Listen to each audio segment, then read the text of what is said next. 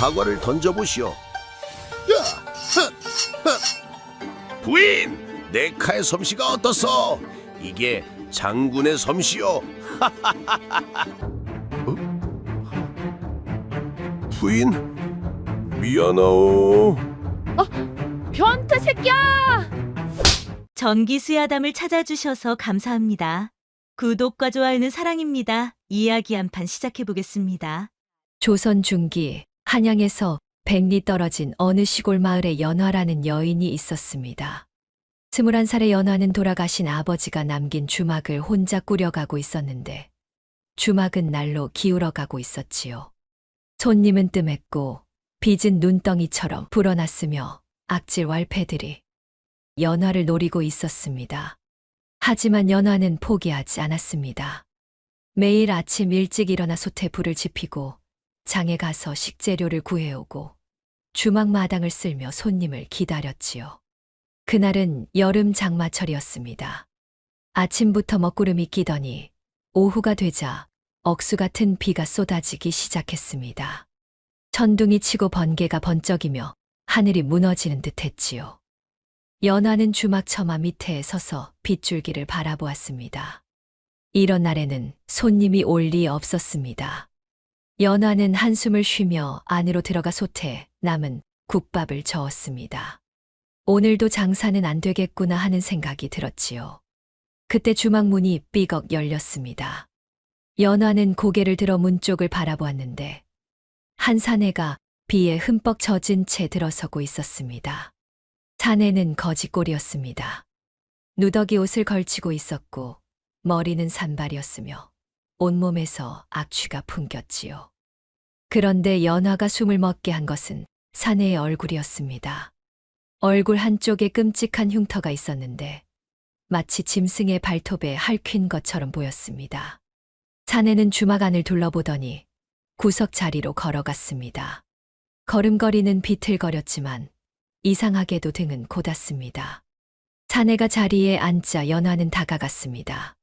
사내는 고개를 들어 연화를 바라보았는데 그 눈빛이 묘했습니다. 죽은 것 같으면서도 깊은 곳에는 무언가 타오르는 것이 있었지요. 사내가 낮은 목소리로 국밥 한 그릇을 달라고 했습니다. 연화는 고개를 끄덕이고 부엌으로 갔습니다. 솥에서 국밥을 푸는데 손이 멈춰졌습니다. 저런 흉측한 얼굴에 악취까지 나는 사내를 받아야 하나 하는 생각이 들었지요. 하지만 연화는 곧 고개를 저었습니다. 사람을 겉모습으로 판단해서는 안 된다는 것을 아버지가 가르쳐 주셨기 때문입니다.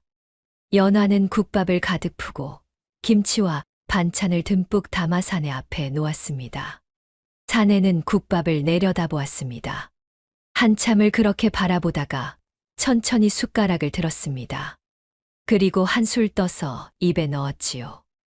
사내의 손이 멈췄습니다. 눈을 감았고 잠시 후 눈가가 붉어졌습니다. 사내는 말없이 국밥을 먹기 시작했는데 천천히 마치 아까운 듯이 먹었습니다. 연화는 그 모습을 보며 가슴 한구석이 뭉클해졌습니다. 저 사내에게는 분명 사연이 있을 것이라는 생각이 들었지요. 해가 지고 밤이 되었습니다. 비는 여전히 퍼붓고 있었고 주막에는 사내와 연화만 남아 있었습니다. 사내는 구석 자리에 앉아 빗소리를 들으며 멍하니 있었고 연화는 장부를 펼쳐놓고 빚을 계산하고 있었습니다. 계산을 할수록 한숨만 나왔지요. 빚은 100냥이 넘었고 내일까지 갚지 못하면 왈패 두목석대가 자신을 첩으로 데려가겠다고 협박했던 것이 떠올랐습니다. 그때 주막 문이 벌컥 열렸습니다. 우르르 사내들이 몰려 들어왔는데 모두 흉악한 얼굴의 왈패들이었습니다. 앞장선 사내는 덩치가 산만했는데 그가 바로 석대였습니다. 석대는 주막을 둘러보더니 연화를 보고 싱긋 웃었습니다. 빚 갚을 준비가 되었느냐고 어차피 못 갚을 거 빨리 정리하자고 말했지요. 연화는 벌떡 일어나 아직 하루가 남았다고 내일까지 갚겠다고 대답했습니다. 석대는 껄껄 웃으며 다가왔습니다.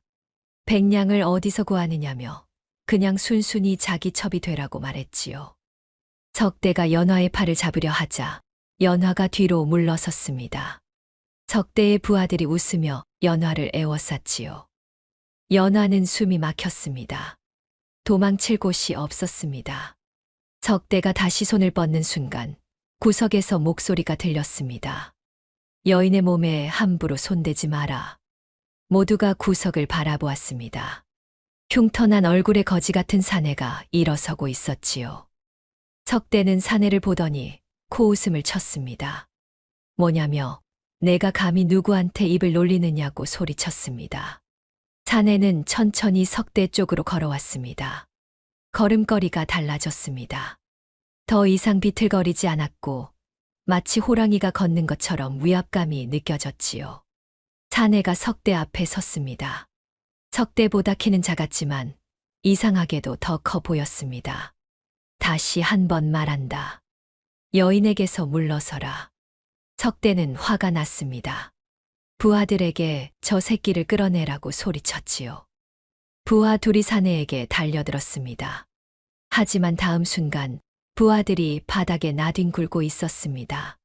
사내가 움직인 것은 눈 깜짝할 사이였는데 한 명은 팔이 꺾여 비명을 지르고 있었고 다른 한 명은 얼굴을 감싸며 신음하고 있었습니다.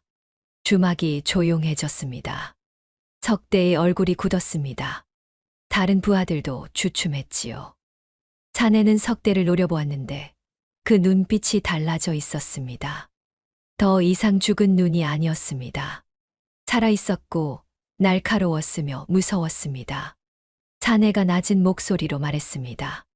오늘은 내가 봐준다. 하지만 다시 이 여인을 괴롭히면 그때는 내 목을 치겠다. 석대는 사내를 보다가 결국 뒤로 물러섰습니다. 부하들을 데리고 주막을 나갔지요. 문이 닫히고 다시 빗소리만 들렸습니다. 연화는 사내를 바라보았습니다.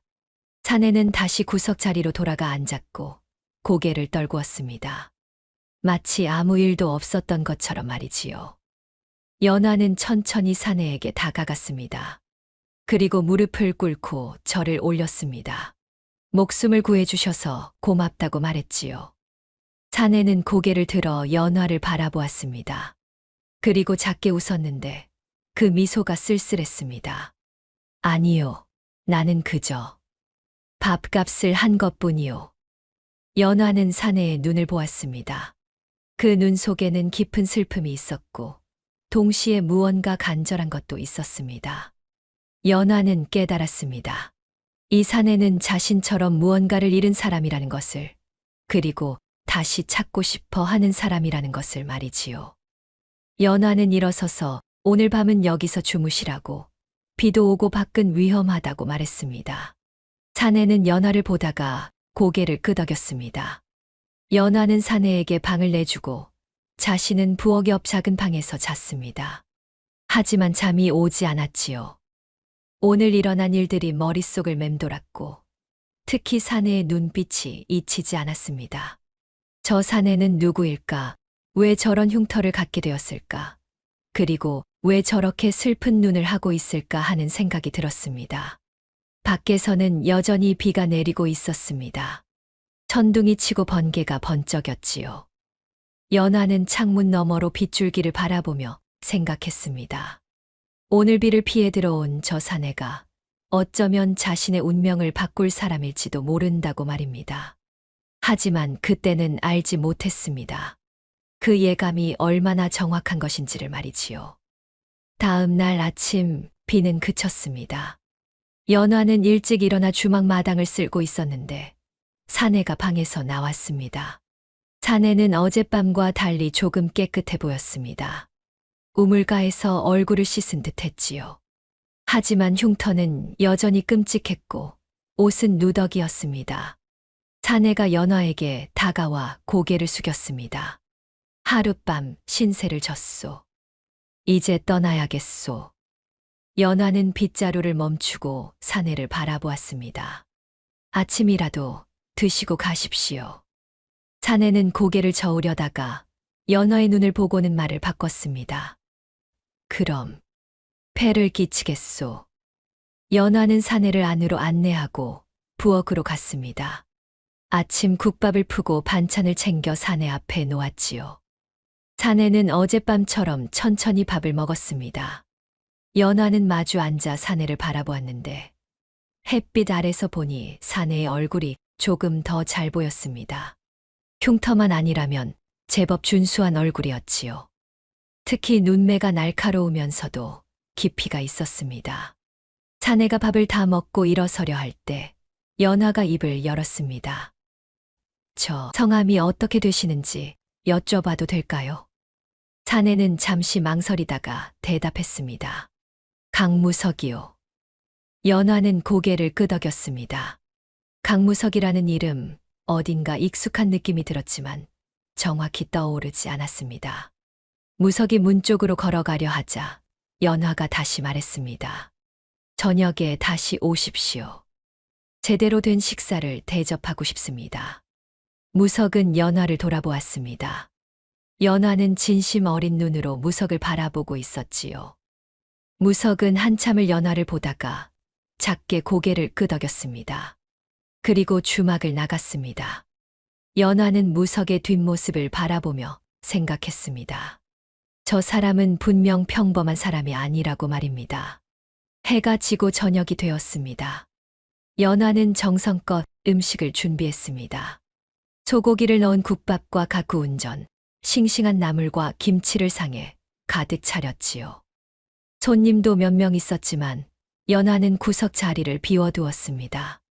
무석이 올지 안 올지 알 수 없었지만 마음속으로는 오기를 바라고 있었습니다. 날이 어두워질 무렵 주막 문이 열렸습니다. 무석이 들어왔습니다. 어젯밤과 똑같은 누더기 옷이었지만 얼굴은 조금 더 깨끗했고 머리도 손질한 듯했습니다. 무석은 구석 자리로 가서 앉았고 연화는 준비한 음식을 가져다 놓았습니다. 무석은 상을 보더니 놀란 표정을 지었습니다.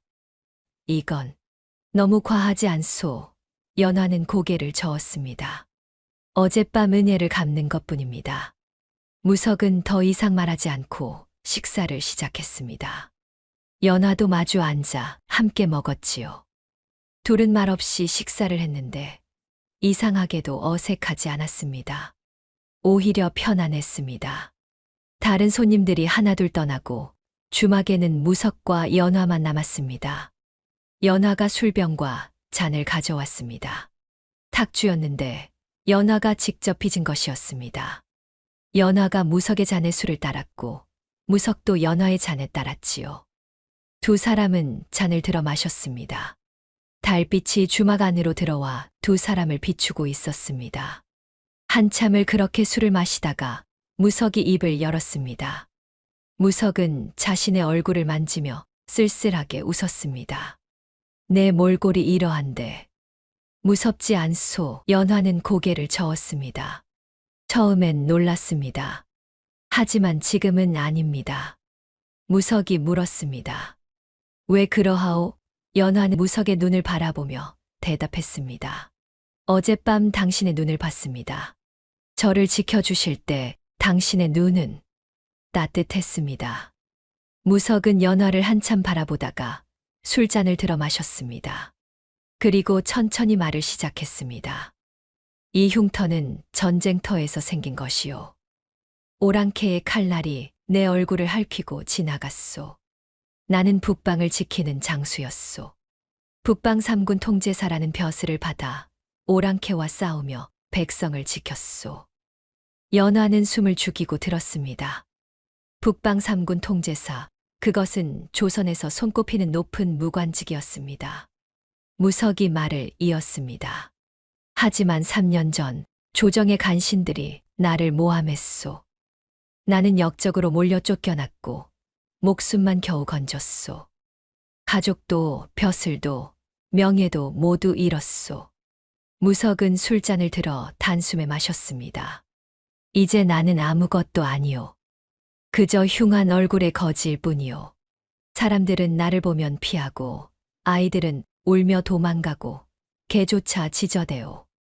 연화는 무석의 손을 잡았습니다. 무석은 놀라 연화를 보았지요. 연화의 눈에는 눈물이 맺혀 있었습니다. 사람을 해치는 건 주먹이지 흉터가 아닙니다. 당신은 어젯밤 저를 지켜주셨습니다. 그것이 당신이 누구인지를 보여줍니다. 무석은 연화의 눈을 바라보았습니다. 오랜만에 누군가가 자신을 사람으로 대해 주었습니다. 흉물이 아니라 사람으로 말입니다. 무석의 눈가가 붉어졌습니다. 연화가 말을 이었습니다. 저도 모든 것을 잃었습니다. 부모님도 재산도 미래도 모두요. 하지만 저는 아직 살아 있습니다. 그리고 당신도 마찬가지입니다. 무석은 한참을 연화를 바라보다가 고개를 끄덕였습니다. 그리고 처음으로 진짜 웃음을 지었습니다. 쓸쓸한 웃음이 아니라 따뜻한 웃음이었지요. 두 사람은 다시 술을 마셨습니다. 이번에는 슬픔이 아니라 위로를 나누는 술이었습니다. 밤이 깊어갔습니다. 무석과 연화는 마루에 나란히 앉아 달을 보았습니다. 달은 밝았고 벌레 소리가 들렸으며 바람은 시원했습니다. 무석이 말했습니다. 내일 그 빚쟁이가 다시 올 것이요. 그리고 이번에는 더 많은 사람을 데려올 것이요. 연화는 고개를 끄덕였습니다. 그것을 알고 있었지요. 무석이 연화를 보았습니다. 나는 당신을 지켜주고 싶소. 하지만 나는 아무것도 가진 것이 없소. 연화는 무석의 손을 다시 잡았습니다. 당신이 있는 것만으로도 충분합니다. 무석은 연화의 손을 꼭 쥐었습니다. 그리고 마음속으로 결심했습니다. 내일은 제대로 싸우겠다고, 이 여인을 지키겠다고, 그리고 다시 사람이 되겠다고 말입니다. 죽어있던 가슴이 다시 뛰기 시작했습니다. 연화라는 여인 때문에 다시 살아야 할 이유를 찾은 것이었지요. 두 사람은 그렇게 밤새 달을 보았습니다. 말은 많지 않았지만 서로의 온기를 느낄 수 있었습니다. 그리고 알았습니다. 이 만남이 운명이라는 것을, 서로가 서로를 구원할 사람이라는 것을 말입니다. 동이 틀 무렵 무석은 일어섰습니다. 연화도 따라 일어섰지요. 무석이 연화를 보며 말했습니다. 오늘 밥값은 제대로 하고 떠나겠소. 연화는 무석이 무슨 뜻인지 알았습니다. 무석은 빚쟁이들과 싸울 것이고 자신을 지킬 것이며 그것이 밥값이라는 뜻이었지요. 연화는 고개를 끄덕이며 말했습니다. 조심하세요. 무석은 연화의 머리를 쓰다듬었습니다. 그리고 주막 밖으로 나가 어둠 속으로 사라졌습니다. 연화는 무석의 뒷모습을 바라보며 기도했습니다. 부디 무사하기를, 부디 다시 돌아오기를 말입니다. 그날 오후였습니다. 연화는 주막 안을 정리하며 불안한 마음을 달래고 있었는데 무석은 아침 일찍 나갔지만 어디로 갔는지 말하지 않았습니다. 연화는 창밖을 바라보며 무석이 돌아오기를 기다렸지요. 하늘은 맑았지만 연화의 마음은 먹구름이 낀 것처럼 무거웠습니다. 해가 중천에 떴을 무렵 마을 어귀가 소란스러워졌습니다. 연화는 밖으로 나가보았는데 멀리서 사람들이 몰려오고 있었습니다. 석대와 그의 부하들이었지요. 어젯밤보다 훨씬 많았는데 수십 명은 되어 보였습니다. 모두 몽둥이와 칼을 들고 있었고 얼굴에는 살기가 가득했습니다. 마을 사람들이 문을 닫고 숨었으며 거리는 순식간에 텅 비었지요. 석대 일당이 주막 앞에 도착했습니다. 석대는 주막을 바라보며 연화에게 나오라고 소리쳤지요. 연화는 떨리는 다리로 주막 밖으로 나왔습니다. 석대는 연화를 보더니 비웃음을 지었는데 어제 그 거지는 어디 갔느냐며 오늘은 그놈도 못 구해줄 거라고 말했습니다. 연화는 아무 말도 하지 못했지요. 석대가 부하들에게 주막을 부수고 연화를 끌고 오라고 명령했습니다. 부하들이 우르르 주막으로 달려들었습니다. 주막 문을 발로 차고 창문을 부수며 안으로 들어가 집기를 부수기 시작했지요. 연화는 비명을 질렀지만 소용없었습니다.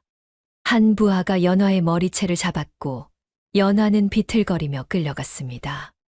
연화가 놓으라고 울부짖었지만 부하는 더 세게 머리를 잡아당겼지요. 석대가 다가와 연화의 턱을 잡으며 말했습니다. 이제 순순히 따라오라고 말이지요. 바로 그 순간이었습니다. 주막 뒤편에서 목소리가 들렸습니다. 여인의 몸에서 손을 떠라. 모두가 돌아보았습니다. 무석이 서 있었는데 어제와는 달랐지요. 머리를 단정히 묶었고 옷은 여전히 누더기였지만 자세가 완전히 달라져 있었습니다. 등은 고닫고 어깨는 넓었으며 눈빛은 살아 있었지요. 마치 잠자던 호랑이가 깨어난 것 같았습니다. 석대는 무석을 보더니 껄껄 웃었습니다. 어제 그 거지로구나. 오늘은 제대로 손봐주겠다고 소리쳤지요. 석대가 부하들에게 저놈을 죽여버리라고 명령했습니다. 부하 5이 무석에게 달려들었는데 몽둥이를 휘두르고 칼을 휘둘렀지요. 하지만 무석은 움직이지 않았습니다. 그저 서 있을 뿐이었지요. 부하들이 무석에게 거의 다가왔을 때 무석이 움직였습니다. 그 움직임은 빛보다 빨랐지요. 무석의 손이 번쩍이더니 첫 번째 부하의 몽둥이를 빼앗았고 그 몽둥이로 부하의 다리를 쳤습니다. 뼈가 부러지는 소리가 났고 부하는 비명을 지르며 쓰러졌습니다. 두 번째 부하가 칼을 휘둘렀지만 무석은 몸을 낮춰 피했습니다. 그리고는 부하의 팔을 잡아 비틀었는데 팔이 꺾이는 소리가 났고 칼이 땅에 떨어졌지요. 무석은 그 칼을 발로 차서 멀리 날려버렸습니다. 세 번째, 네 번째, 다섯 번째 부하도 순식간에 쓰러졌는데 무석은 칼을 쓰지 않았습니다. 몽둥이 하나로 모든 것을 해결했지요. 석대의 얼굴이 굳었습니다. 나머지 부하들도 주춤했지요.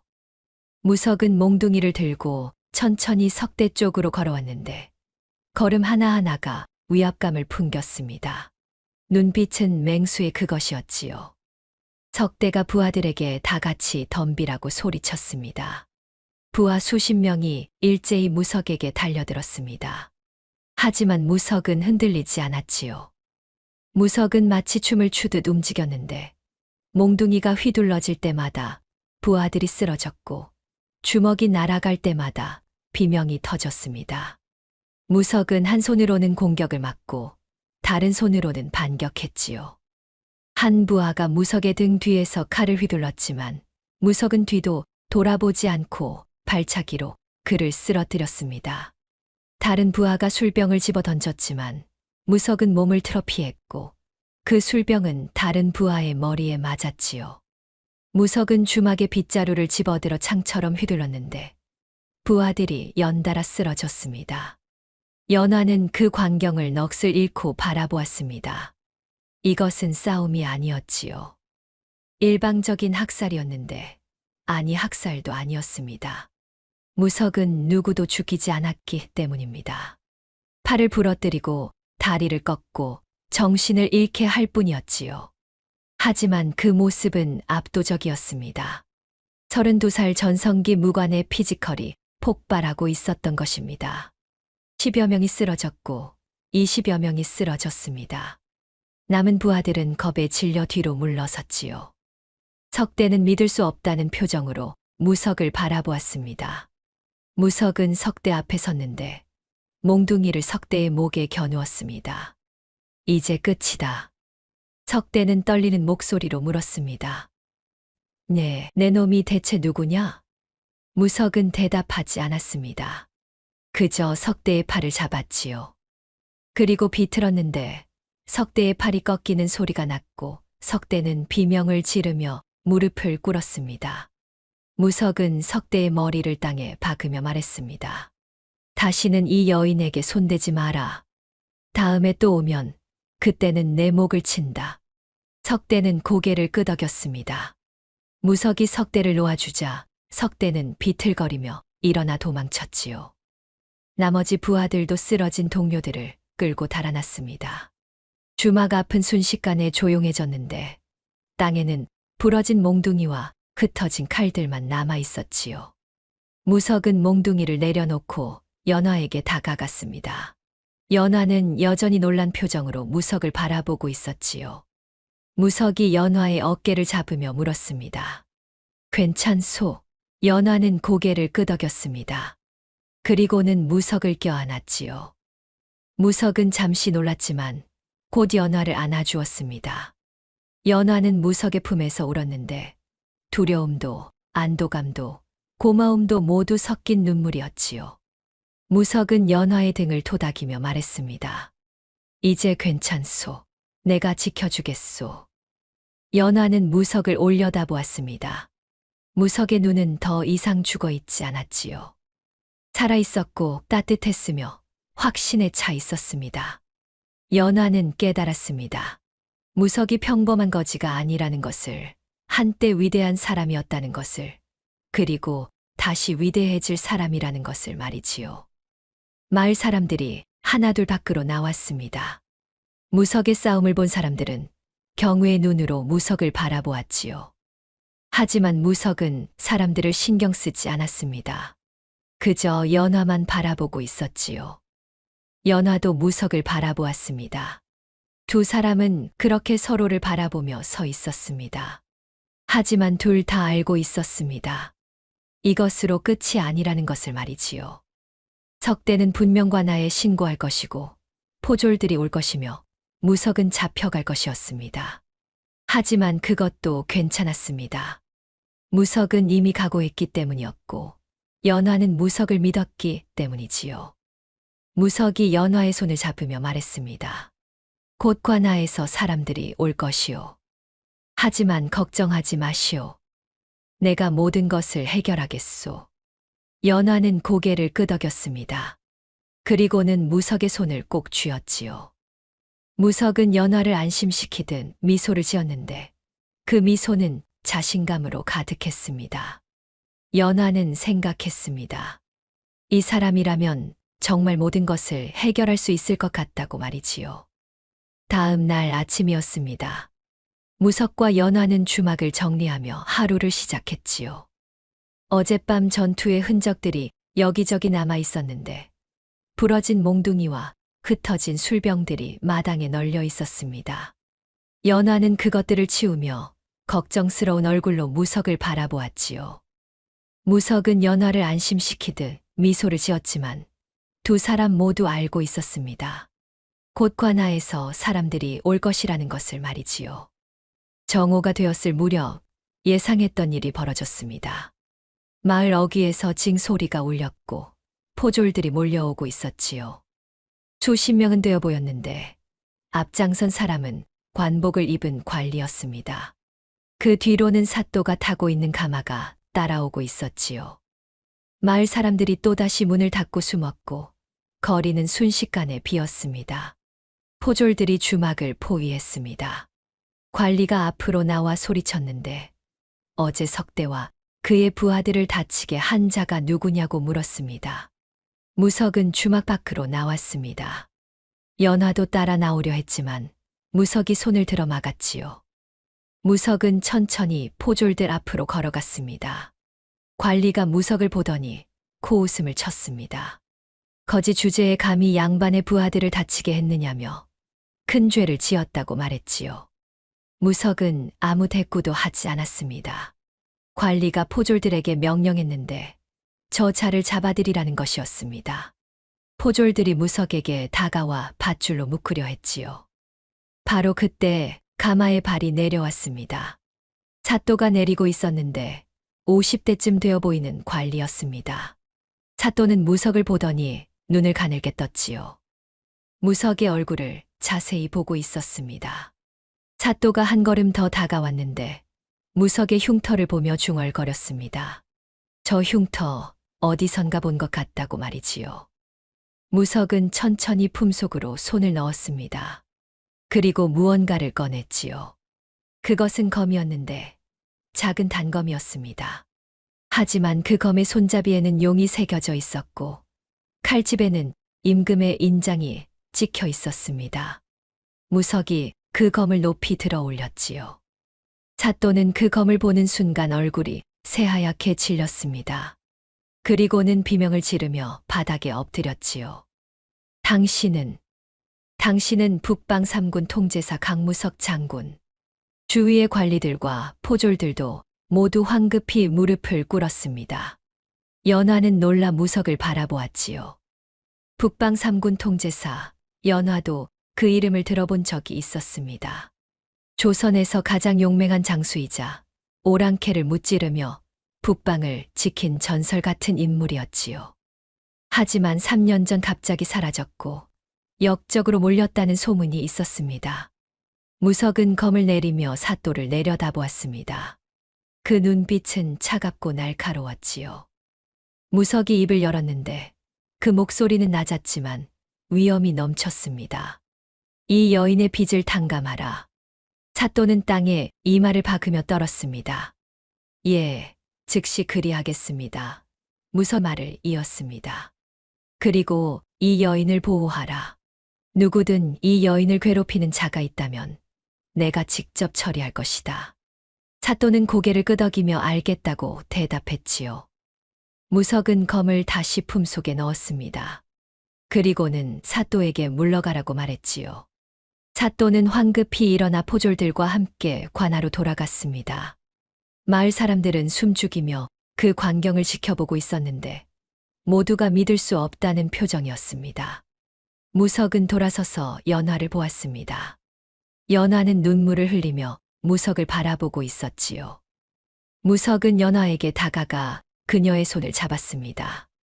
연화가 떨리는 목소리로 물었습니다. 당신이 정말 북방의 장군이었습니까? 무석은 고개를 끄덕였습니다. 그랬소. 하지만 이제는 아무것도 아니오. 연화는 고개를 저었습니다. 아닙니다. 당신은 여전히 위대한 분입니다. 무석은 쓸쓸하게 웃었습니다. 그리고는 연화를 안으로 데려갔지요. 주막 안으로 들어가 둘은 마주 앉았습니다. 무석이 입을 열었는데 이번에는 목소리가 부드러웠습니다. 나는 한양으로 가야 하오. 내 누명을 벗고 나를 모함한 자들을 처벌받게 해야 하오. 그것이 내가 해야 할 일이오. 연화는 눈물을 흘렸습니다. 얼마나 걸리겠습니까? 무석은 한참을 생각하더니 대답했습니다. 1년쯤 걸릴 것이오. 짧으면 반년, 길면 그보다 더 걸릴 수도 있소. 연화는 고개를 끄덕였습니다. 무석이 품에서 무언가를 꺼냈는데 그것은 작은 옥 조각이었습니다. 아름다운 비취색 옥이었지요. 무석은 그것을 연화의 손에 쥐어주었습니다. 이것을 간직하시오. 이것은 정표요. 내가 반드시 돌아올 것이라는 약속이오. 연화는 옥 조각을 꼭 쥐며 물었습니다. 정말 돌아오시겠습니까? 무석은 연화의 두 손을 잡았습니다. 맹세하오. 하늘이 무너져도 땅이 갈라져도 나는 반드시 당신에게 돌아오겠소. 연화는 무석을 껴안았습니다. 두 사람은 그렇게 한참을 서로를 안고 있었지요. 무석은 연화의 등을 토닥이며 위로했고 연화는 무석의 품에서 눈물을 흘렸습니다. 밖에서는 새들이 지저귀고 있었고 햇빛이 따스하게 주막 안을 비추고 있었습니다. 해가 기울기 시작했습니다. 무석은 일어서야 했지요. 더 이상 미룰 수 없었습니다. 무석이 연화에게서 몸을 떼며 말했습니다. 이제 가야 하오. 연화는 고개를 끄덕였습니다. 두 사람은 주막 밖으로 나왔지요. 마을 사람들이 멀찌감치해서 지켜보고 있었는데 모두가 조용했습니다. 무석은 연화를 보며 마지막으로 말했습니다. 주막을 잘 지키시오. 내가 돌아올 때까지. 연화는 눈물을 닦으며 대답했습니다. 기다리겠습니다. 아무리 오래 걸려도. 무석은 연화의 이마에 입맞춤을 했습니다. 그리고는 돌아서서 걸어가기 시작했지요. 연화는 주막 앞에 서서 무석의 뒷모습을 바라보았습니다. 무석의 걸음은 확고했고 등은 곧았으며 더 이상 비틀거리지 않았습니다. 연화는 손을 들어 흔들었고 무석도 한 번 돌아보며 손을 흔들었습니다. 그리고 무석은 마을 어귀를 지나 사라졌습니다. 연화는 무석의 모습이 완전히 보이지 않을 때까지 그 자리에 서 있었지요. 손에 쥔 옥 조각이 따뜻했습니다. 연화는 그것을 가슴에 품었습니다. 그리고 주막으로 돌아갔지요. 주막은 조용했습니다. 무석이 앉았던 구석 자리가 텅 비어 있었고, 무석이 마셨던 술잔이 그대로 놓여 있었습니다. 연화는 그 자리에 앉아 눈물을 흘렸지요. 하지만 동시에 희망도 있었습니다. 무석이 돌아올 것이라는 믿음, 그것이 연화를 지탱해 주었습니다. 날이 저물었습니다. 연화는 주막 문을 닫고 안으로 들어갔지요. 그리고 무석이 준 옥 조각을 꺼내 보았습니다. 촛불에 비친 옥은 아름답게 빛났는데 마치 무석의 눈빛 같았습니다. 연화는 옥을 꼭 쥐고 기도했습니다. 무석이 무사하기를, 무석이 누명을 벗기를, 그리고 무석이 약속대로 돌아오기를 말이지요. 그날 밤 연화는 꿈을 꾸었습니다. 무석이 말끔한 옷을 입고 돌아오는 꿈이었지요. 흉터는 그대로였지만 얼굴에는 미소가 가득했고 연화를 보며 손을 뻗고 있었습니다. 연화는 그 꿈을 꾸며 잠들었고 새벽이 밝아올 때까지 깊은 잠에 빠져 있었습니다. 1년이 흘렀습니다. 연화는 여전히 주막을 지키고 있었는데 혼자 주막을 꾸려가는 것은 쉽지 않았습니다. 하지만 연화는 포기하지 않았지요.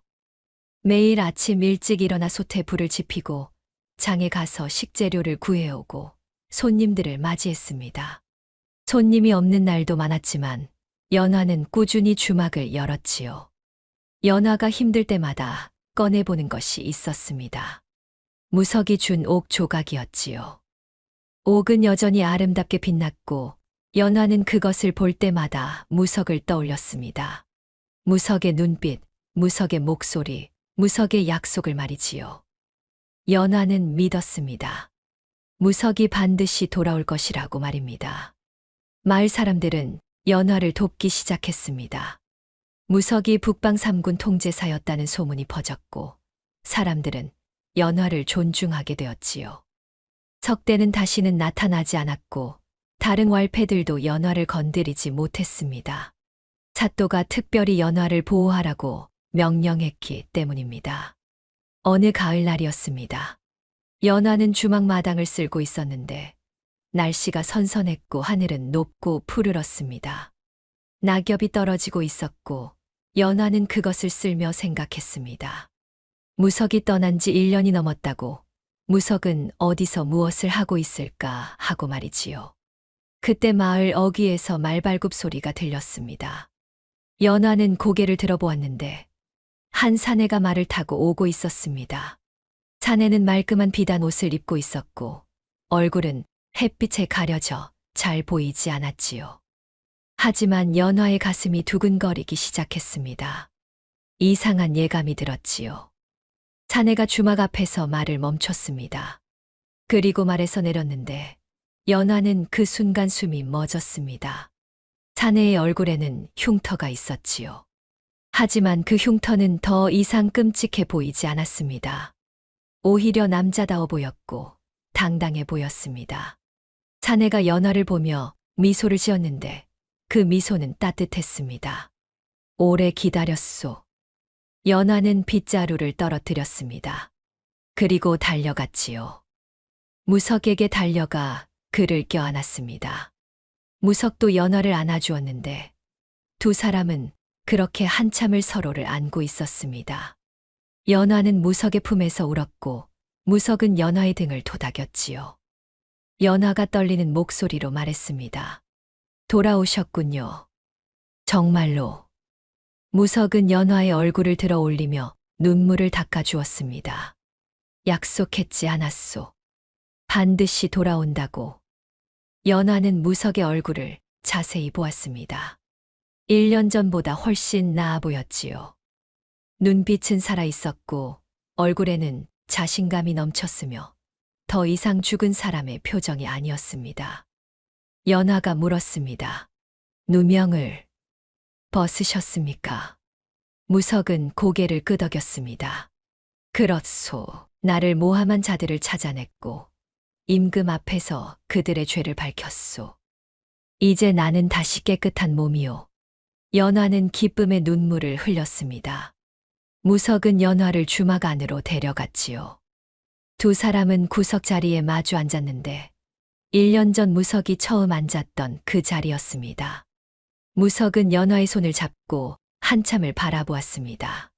한양에 있는 1년 내내 나는 당신을 생각했소. 연화는 무석을 바라보았습니다. 무석이 말을 이었지요. 조정에서 일을 처리하며 간신들과 싸우며 임금을 뵈며 매 순간 당신이 떠올랐소. 밤이면 혼자 방에 앉아 이 주막을 떠올렸소. 당신이 만들어준 국밥이 생각났고 당신의 목소리가 들리는 것 같았소. 무석은 연화의 손을 더 꼭 쥐었습니다. 누명을 벗고 임금께서 나에게 다시 북방 통제사 자리를 내리셨소. 높은 벼슬이었소. 누구나 원하는 자리였지요. 하지만 나는 그 자리에 앉아 생각했소. 이것이 내가 진짜 원하는 것인가 하고. 연화는 숨을 죽이고 들었습니다. 무석의 눈에는 진심이 가득했지요. 그리고 깨달았소. 내가 진짜 지키고 싶은 것은 나라도 명예도 아니었소. 바로 당신이었소. 당신이 웃는 모습을, 당신이 밥을 짓는 모습을, 당신이 손님을 맞이하는 모습을 다시 보고 싶었소.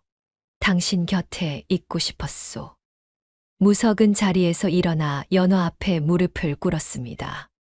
연화는 놀라 무석을 보았지요. 무석이 두 손으로 연화의 손을 감싸며 말했습니다. 나와 함께 한양으로 가시겠소. 높은 벼슬은 마다했지만 임금께서 한양 운종가에 집 한 채를 하사하셨소. 그곳에서 주막을 열고 싶소. 당신의 솜씨로 한양 최고의 주막을 만들고 싶소. 아니, 솔직히 말하자면 무석은 잠시 말을 멈추고 연화의 눈을 똑바로 바라보았습니다. 주막은 핑계요. 나는 그저 당신과 함께 살고 싶소. 아침에 눈 뜨면 당신을 보고 밤에 잠들 때도 당신 곁에 있고 싶소. 당신이 없는 곳에서는 아무리 높은 자리에 있어도 의미가 없더이다. 연화는 눈물을 흘렸습니다. 무석이 말을 이었지요. 나를 받아주시겠소. 이 흉한 얼굴에 과거는 화려하지만 지금은 그저 평범한 사내를 말이오. 연화는 무석의 손을 꼭 잡았습니다. 그리고 눈물을 닦으며 말했습니다. 당신의 얼굴이 흉하다고요? 저는 이 세상에서 가장 아름다운 얼굴이라 생각합니다. 이 흉터는 나라를 지키다 생긴 것이고 이 눈빛은 저를 지켜주신 것이니까요. 연화는 무석의 흉터에 손을 대었습니다. 가겠습니다. 한양이든 어디든 당신과 함께라면 저는 어디든 가겠습니다. 무석은 일어서서 연화를 안았습니다. 두 사람은 그렇게 서로를 안고 있었는데 밖에서 마을 사람들이 환호하는 소리가 들렸습니다. 누군가 지켜보고 있었던 것이지요. 두 사람은 웃으며 밖으로 나갔고 마을 사람들은 박수를 치며 축하했습니다. 며칠 후 연화와 무석은 한양으로 떠날 준비를 했습니다. 주막은 마을 사람에게 맡기기로 했고 연화는 필요한 짐만 꾸렸지요. 무석이 준 옥 조각도 함께 챙겼습니다. 출발하는 날 아침 마을 사람들이 모두 나와 배웅했습니다. 연화는 주막을 돌아보았습니다. 아버지가 남긴 주막이었고 자신이 혼자 지켜온 곳이었으며 무석을 만난 곳이었지요. 연화는 눈물을 닦고 말에 올랐습니다. 무석도 말에 올라 연화 옆에 섰지요. 두 사람은 마을 사람들에게 손을 흔들며 출발했습니다. 한양으로 가는 길은 멀었지만 두 사람에게는 짧게 느껴졌습니다. 서로 이야기를 나누며 웃었고 함께 밥을 먹으며 행복해했지요. 무석은 연화에게 한양 이야기를 들려주었고 연화는 1년 동안 주막을 지킨 이야기를 들려주었습니다. 두 사람은 서로를 더 알아가며 사랑을 키워갔지요. 사흘 후 두 사람은 한양에 도착했습니다. 한양은 크고 북적였는데 연화는 처음 보는 큰 도시에 놀랐습니다. 무석은 연화를 데리고 운종가로 갔지요. 운종가는 한양에서 가장 번화한 거리였는데 온갖 가게들이 늘어서 있었습니다. 무석은 운종가 한가운데 있는 큰 기와집을 가리켰습니다. 정말 큰 집이었고 위치도 좋았지요. 연화는 그 집을 보며 감탄했습니다. 무석이 연화의 손을 잡고 집 안으로 들어갔는데 집은 넓고 깨끗했으며 주막으로 쓰기에 완벽했습니다. 연화는 집을 둘러보며 생각했습니다. 여기서 새로운 삶을 시작하겠다고, 무석과 함께 행복하게 살겠다고 말이지요. 그날 밤 두 사람은 마루에 앉아 달을 보았습니다. 달은 밝았고 한양의 밤거리는 아름다웠지요. 무석이 연화의 손을 잡으며 말했습니다. 당신을 기다려준 1년이 아깝지 않소. 연화는 무석을 보며 미소를 지었습니다. 하나도 아깝지 않습니다. 당신이 이렇게 돌아왔으니까요. 두 사람은 서로를 바라보며 웃었습니다. 그리고 알았습니다. 이제 진짜 행복한 날들이 시작될 것이라는 것을 말이지요. 연무각이 문을 연 것은 그해 겨울이었습니다. 연화와 무석은 한 달 동안 준비를 했는데 주막을 깨끗이 청소하고 솥과 그릇을 장만하고 식재료를 구해왔습니다. 연화는 부엌을 맡았고 무석은 홀을 맡았지요. 개업하는 날 두 사람은 떨리는 마음으로 문을 열었습니다. 처음에는 손님이 많지 않았습니다. 새로 생긴 주막이라 사람들이 경계했기 때문이지요. 하지만 한 번 와본 손님은 반드시 다시 왔습니다. 연화의 음식 솜씨가 뛰어났기 때문입니다. 연화는 국밥을 끓일 때 뼈를 오래 고아 진한 국물을 만들었고, 반찬은 정성껏 담았으며 김치는 직접 담갔습니다. 음식 하나하나에 마음이 담겨 있었지요. 무석도 특별한 역할을 했습니다. 무석은 고기를 손질하는 일을 맡았는데 그 솜씨가 예사롭지 않았습니다. 무석은 칼을 잡으면 마치 춤을 추듯 움직였지요. 고기를 써는 모습이 마치 무술을 하는 것 같았고 보는 사람들이 감탄했습니다. 무석의 손에서 고기는 정확히 같은 두께로 썰렸고 뼈는 깔끔하게 발라졌으며 손질하는 시간도 다른 사람의 절반이었습니다. 한 달쯤 지나자 소문이 퍼지기 시작했습니다. 운종가에 새로 생긴 주막이 장안의 맛집이라는 소문이었지요. 음식도 맛있고 주인 사내의 고기 손질 솜씨가 구경거리라는 것이었습니다. 사람들이 하나둘 찾아오기 시작했고 곧 연무각은 손님으로 북적이게 되었습니다. 어느 날 한 고관대작이 연무각을 찾아왔습니다. 그는 조정의 높은 벼슬아치였는데 소문을 듣고 온 것이었지요. 고관은 국밥을 먹더니 눈을 크게 떴습니다. 그리고 연화를 불러 음식이 일품이라며 칭찬했습니다. 고관은 이후 단골이 되었고 그의 입소문으로 다른 양반들도 찾아오기 시작했지요. 하지만 양반만 오는 것은 아니었습니다. 평민들도 상인들도 심지어 거지들도 연무각을 찾았습니다. 연화는 누구에게나 똑같이 정성껏 음식을 내주었고 무석은 누구에게나 공손히 대했지요. 다만 한 가지 무석이 용납하지 않는 것이 있었습니다. 진상 손님이었습니다. 어느 날 술에 취한 양반 하나가 연무각에서 난동을 부렸습니다. 음식이 늦게 나온다며 상을 엎으려 했고 연화에게 함부로 말했지요. 무석은 조용히 그 양반 앞에 섰습니다. 그리고 그를 노려보았는데 그 눈빛이 얼음장처럼 차가웠습니다. 양반은 무석의 눈을 보는 순간 얼어붙었고 황급히 돈을 내고 도망쳤습니다. 그 일이 있은 후 연무각에서 진상 부리는 손님은 사라졌습니다. 계절이 바뀌고 1년이 흘렀습니다. 연무각은 이제 한양에서 가장 유명한 주막이 되었습니다. 아침부터 저녁까지 손님이 끊이지 않았고 때로는 자리가 없어 밖에서 기다려야 할 정도였지요. 연화와 무석은 일꾼을 여러 들였고 주막을 확장했습니다. 돈도 많이 벌었는데 두 사람은 그 돈을 아끼지 않고 가난한 사람들을 도왔습니다. 무석에게는 특별한 재주가 또 하나 있었습니다. 고기를 손질할 때 보여주는 칼솜씨였는데 어느 날부터 무석은 손님들 앞에서 고기를 썰어 보여주기 시작했습니다.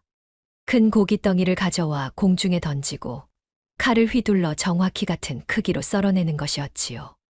고기는 공중에서 썰려 접시에 떨어졌고 손님들은 박수를 치며 환호했습니다. 이 고기쇼는 연무각의 명물이 되었습니다. 사람들은 무석의 칼솜씨를 보기 위해 일부러 찾아왔고 무석이 고기를 썰 때면 주막 안이 조용해졌습니다. 모두가 숨을 죽이고 지켜보았지요. 무석의 칼은 빛처럼 빨랐고 정확했으며 아름다웠습니다. 그것은 단순한 고기 손질이 아니라 예술이었습니다. 연화의 요리 실력도 날로 발전했습니다. 연화는 각 지방의 음식을 배우고 새로운 요리를 개발했지요. 평양냉면을 만들어 여름 별미로 내놓았고 전주 비빔밥을 한양식으로 재해석했으며 궁중 음식을 배워 주막 음식에 접목시켰습니다. 연화의 손에서 나온 음식은 항상 완벽했고 손님들은 감탄했습니다. 어느 날 임금의 친척이 연무각을 찾아왔습니다. 그는 소문을 듣고 몰래 나온 것이었는데 음식을 먹더니 크게 만족했습니다. 그는 무석과 연화를 불러 칭찬했고 궁궐에서도 이런 음식을 먹고 싶다고 말했지요. 무석은 정중히 거절했습니다. 자신들은 주막을 하는 것이 좋다고 모든 사람에게 음식을 대접하는 것이 행복하다고 말했습니다. 임금의 친척은 무석의 말에 감동했습니다. 그리고 궁궐로 돌아가 임금에게 연무각 이야기를 전했지요. 임금은 무석이 벼슬을 마다하고 주막을 하고 있다는 것을 알고 흐뭇해했습니다. 그리고 연무각의 현판을 하사했는데 거기에는 천하제일미 천하제일미라고 쓰여 있었습니다. 천하에서 가장 맛있는 집이라는 뜻이었지요. 현판을 받은 날 연무각에는 수많은 사람들이 몰려왔습니다. 임금이 인정한 주막이라는 소문이 퍼졌기 때문입니다. 연화와 무석은 더 바빠졌지만 행복했습니다. 두 사람은 함께 일하며 웃었고 함께 손님을 맞이하며 기뻐했으며 함께 하루를 마무리하며 감사했지요. 연무각은 계속 번창했습니다. 한양 최고의 주막이라는 명성은 온 나라에 퍼졌고 지방에서도 사람들이 찾아왔습니다. 무석과 연화는 돈을 많이 벌었지만 그것에 집착하지 않았습니다. 필요한 사람에게 나눠주었고 가난한 사람들에게는 공짜로 음식을 주기도 했지요. 밤이 되면 두 사람은 주막 문을 닫고 함께 저녁을 먹었습니다. 연화가 만든 음식을 함께 먹으며 하루를 이야기했고 웃으며 농담을 주고받았지요. 무석은 연화를 보며 생각했습니다. 자신이 진짜 원하던 것이 이것이었다고. 높은 벼슬도 큰 명예도 아니라 바로 이 평범한 행복이었다고 말입니다. 연화도 무석을 보며 생각했습니다. 1년을 기다린 것이 전혀 아깝지 않다고, 무석과 함께하는 매 순간이 행복하다고 말이지요. 두 사람은 서로를 바라보며 미소를 지었습니다. 그리고 알았습니다. 자신들이 이미 세상에서 가장 부유한 사람들이라는 것을 말이지요. 그로부터 3년이 흘렀습니다. 연무각은 한양에서 가장 유명한 주막으로 자리 잡았고 무석과 연화는 이제 한양에서 손꼽히는 부부가 되었지요. 두 사람은 여전히 매일 주막에서 일했는데 무석은 고기를 손질하고 연화는 요리를 했습니다. 하지만 이제는 일꾼들이 많아서 두 사람의 부담이 많이 줄었지요. 봄이었습니다. 연무각 앞마당에는 벚나무가 심어져 있었는데 그 나무에서 벚꽃이 활짝 피어 있었습니다. 바람이 불 때마다 꽃잎이 흩날렸고 마당은 꽃잎으로 가득했지요. 연화는 마당에서 벚꽃을 바라보며 미소를 짓고 있었습니다. 배가 불러 있었는데 아이를 가진 지 6달쯤 되었습니다. 무석이 주막에서 나와 연화에게 다가왔습니다. 손에는 따뜻한 차를 들고 있었지요. 무석은 연화 옆에 앉아 차를 건넸고 연화는 고맙다며 받아 마셨습니다. 두 사람은 말없이 벚꽃을 바라보았는데 이상하게도 어색하지 않았습니다. 오히려 편안했지요. 한참을 그렇게 앉아 있다가 무석이 입을 열었습니다. 저 비 오던 날이 생각나. 연화는 무석을 보았습니다. 무석이 말을 이었지요. 내가 처음 당신 주막에 들어가던 날 말이야. 비가 억수같이 쏟아지고 나는 거지꼴이었고 개밥을 먹고 있었지. 연화는 웃었습니다. 저도 기억해요. 처음 보는 흉한 얼굴에 놀랐지요. 무석도 웃었습니다. 그리고는 잠시 말을 멈추고 하늘을 바라보았는데 눈빛이 깊어졌습니다. 그때 나는 죽고 싶었어. 모든 것을 잃었고 살아갈 이유도 없었지. 하지만 당신이 나에게 따뜻한 국밥을 줬어. 그 국밥을 먹으며 생각했지. 아직 세상에는 따뜻한 사람이 있다고. 연화는 무석의 손을 잡았습니다. 무석이 연화를 바라보며 말을 이었지요. 당신을 만나지 못했다면 나는 아마 어디선가 죽어 있었을 거야. 하지만 당신 덕분에 나는 다시 사람이 되었고 다시 살 이유를 찾았어. 연화는 눈물을 글썽이며 말했습니다. 저야말로 고마워요. 당신이 없었다면 저는 석대에게 끌려갔을 거예요. 무석은 고개를 저었습니다. 아니야. 당신은 강한 사람이야. 당신은 혼자서도 잘 살아갔을 거야. 연화는 무석의 어깨에 머리를 기댔습니다. 하지만 당신과 함께여서 더 행복해요. 두 사람은 그렇게 벚꽃을 바라보며 앉아 있었습니다. 바람이 불어 꽃잎이 흩날렸고 두 사람의 머리 위로 떨어졌지요. 무석은 연화의 머리에서 꽃잎을 떼어내며 말했습니다. 그날 비를 피하러 들어간 것이 내 인생 최고의 선택이었어. 연화는 웃으며 대답했습니다. 저도요. 당신에게 국밥을 준 것이 제 인생 최고의 선택이었어요. 두 사람은 서로를 보며 웃었습니다. 그때 주막 안에서 아이들의 웃음소리가 들렸습니다. 무석과 연화는 주막 안을 들여다보았는데 일꾼의 아이들이 뛰어놀고 있었지요. 무석이 연화의 배를 쓰다듬며 말했습니다. 우리 아이도 곧 태어나겠지. 연화는 고개를 끄덕이며 물었습니다. 아들일까요? 딸일까요? 무석은 웃었습니다. 아들이든 딸이든 상관없어. 건강하게만 태어나 준다면. 연화는 무석의 손을 자신의 배 위에 올려놓았습니다. 무석은 배를 느끼며 미소를 지었지요. 아이가 배 안에서 움직이는 것이 느껴졌습니다. 무석은 신기한 표정으로 연화를 보았고, 연화도 행복한 표정으로 무석을 보았습니다. 해가 기울기 시작했습니다. 저녁 손님들이 오기 시작할 시간이었지요. 무석은 일어서서 연화를 부축했고, 두 사람은 함께 주막 안으로 들어갔습니다. 주막 안은 벌써 손님들로 가득 차 있었는데, 일꾼들이 분주히 움직이며 음식을 나르고 있었습니다. 무석은 부엌으로 가서 고기를 손질하기 시작했고, 연화는 일꾼들을 지휘하며 주방을 관리했습니다. 두 사람은 여전히 일을 사랑했고, 손님들을 대하는 것을 즐거워했지요. 저녁 내내 주막은 웃음소리로 가득했고, 음식 냄새가 진동했으며, 사람들의 행복한 얼굴이 넘쳐났습니다. 밤이 깊어갔습니다. 마지막 손님이 떠나고, 일꾼들도 모두 집으로 돌아갔습니다. 무석과 연화는 주막을 정리하며 하루를 마무리했지요. 상을 닦고, 그릇을 씻고, 마당을 쓸었습니다. 모든 것이 끝나자 두 사람은 마루에 앉아 밤하늘을 바라보았습니다. 달이 밝았습니다. 별들이 반짝이고 있었고 바람은 시원했지요. 연화는 무석의 어깨에 기대어 눈을 감았고 무석은 연화를 안으며 하늘을 바라보았습니다. 무석은 생각했습니다. 자신이 얼마나 많은 것을 겪었는지, 얼마나 많은 고통을 견뎠는지를 말이지요. 북방의 전쟁터에서 얼굴에 흉터를 입었고 간신의 모함으로 모든 것을 잃었으며 거지가 되어 떠돌았습니다. 죽고 싶을 만큼 괴로웠고 살아갈 이유를 찾지 못했지요. 하지만 그 모든 고통 끝에 연화를 만났고 지금의 행복을 얻었습니다. 무석은 깨달았습니다. 그 고통들이 헛되지 않았다는 것을, 오히려 그 고통이 있었기에 지금의 행복이 더 소중하다는 것을 말이지요. 연화도 생각했습니다.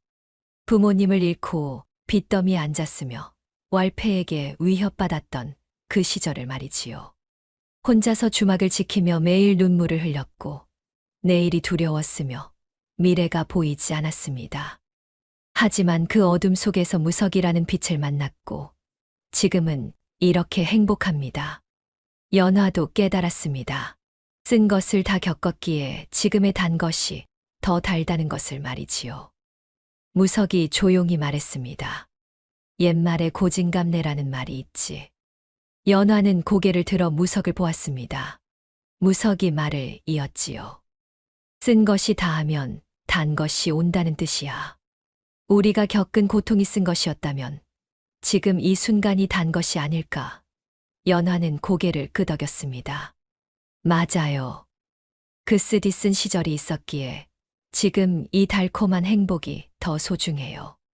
무석은 연화를 꼭 안으며 말했습니다. 당신과 함께라면 앞으로 어떤 일이 있어도 이겨낼 수 있을 것 같아. 연화도 무석을 안으며 말했습니다. 저도요. 당신과 함께라면 무섭지 않아요. 두 사람은 그렇게 서로를 안고 밤하늘을 바라보았습니다. 달빛이 두 사람을 비추고 있었고 바람이 부드럽게 불고 있었지요. 연무각의 현판이 바람에 흔들렸고 그 위에는 천하제임이라는 글자가 빛나고 있었습니다. 세월이 흘렀습니다. 무석과 연화 사이에서 아이가 태어났고 그 아이는 건강하게 자랐습니다. 연무각은 계속 번창했고 무석과 연화는 행복하게 살았지요. 두 사람은 늙어서도 여전히 주막에서 일했고 손님들을 맞이했으며 서로를 사랑했습니다. 사람들은 이렇게 말했습니다. 연무각의 음식이 맛있는 이유는 단순히 솜씨 때문이 아니라 그 안에 담긴 사랑과 정성 때문이라고 말이지요. 무석과 연화가 서로를 아끼는 마음이 음식에 스며들어 먹는 사람들도 행복해진다고 했습니다. 그리고 사람들은 무석과 연화의 이야기를 들으며 희망을 얻었습니다. 아무리 힘든 시절이 와도 끝까지 버티면 반드시 좋은 날이 온다는 것을, 쓴 것을 다 겪고 나면 단 것이 기다리고 있다는 것을 믿게 되었지요. 무석과 연화의 이야기는 오랫동안 사람들의 입에 오르내렸고 고진감래에 산 증거가 되었습니다. 봄날의 연무각, 벚꽃이 흩날리는 마당에서 무석과 연화는 여전히 서로를 바라보며 웃고 있었습니다. 그들의 얼굴에는 주름이 생겼지만 눈빛만은 여전히 빛나고 있었지요. 두 사람은 알고 있었습니다. 자신들이 세상에서 가장 행복한 사람들이라는 것을, 그리고 그 행복은 함께 겪은 고통이 있었기에 가능했다는 것을 말입니다. 해가 지고 달이 떴습니다. 연무각의 불빛이 환하게 켜졌고 그 빛은 한양 거리를 밝혔습니다.